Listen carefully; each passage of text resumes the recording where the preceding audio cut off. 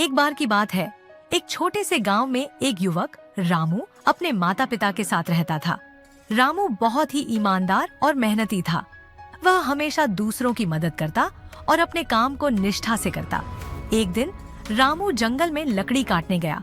वहां उसने एक बड़ी सी लकड़ी की टहनी देखी।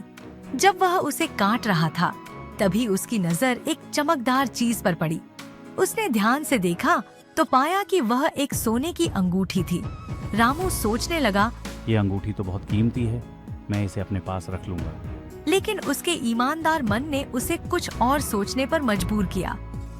रामू ने फैसला किया कि वह अंगूठी को गांव के मुखिया के पास ले जाएगा। मुखिया गांव का सबसे सम्मानित व्यक्ति था और रामू जानता था कि अंगूठी किसी की होगी। वह जल्दी से गांव लौटा और मुखिया के पास गया।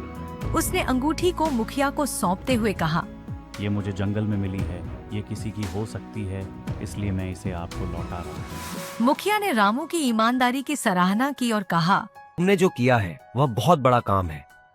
यह अंगूठी गांव की एक व्यापारी की है जो इसे खो चुकी थी। मैं तुमसे वादा करता हूँ कि तुम्हारी ईमानदारी का फल तुम्हें अवश्य मिलेगा। कुछ दिन बाद गांव में एक बड़ा मेला हुआ। व्यापारी जिसने अंगूठी खोई थी, रामू को देखकर बहुत खुश हुआ। उसने रामू को बुलाया और कहा, तुम्हारी ईमानदारी के कारण मैंने अपनी अंगूठी वापस पाई है। ये मेरी माता की दी हुई अंगूठी थी और मेरे लिए बहुत खास है। तुम्हारी ईमानदारी के लिए मैं तुम्हें इस उपहार के साथ पुरस्कृत करना चाहता हूँ। व्यापारी ने रामू को एक बड़ा पुरस्कार दिया, जिसमें पैसे और एक बकरी शामिल थी। रामू ने शुक्रिया अदा किया और कहा, मैंने जो किया वह सही था, ये मेरी जिम्मेदारी थी।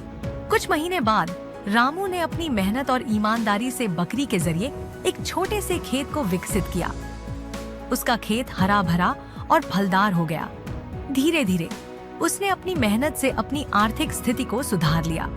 गांव वाले रामू की ईमानदारी और मेहनत की कहानी सुनकर प्रेरित हुए और उन्होंने भी ईमानदारी से जीने का संकल्प लिया। इस कहानी से हमें यह सीख मिलती है कि ईमानदारी का फल हमेशा मीठा होता है।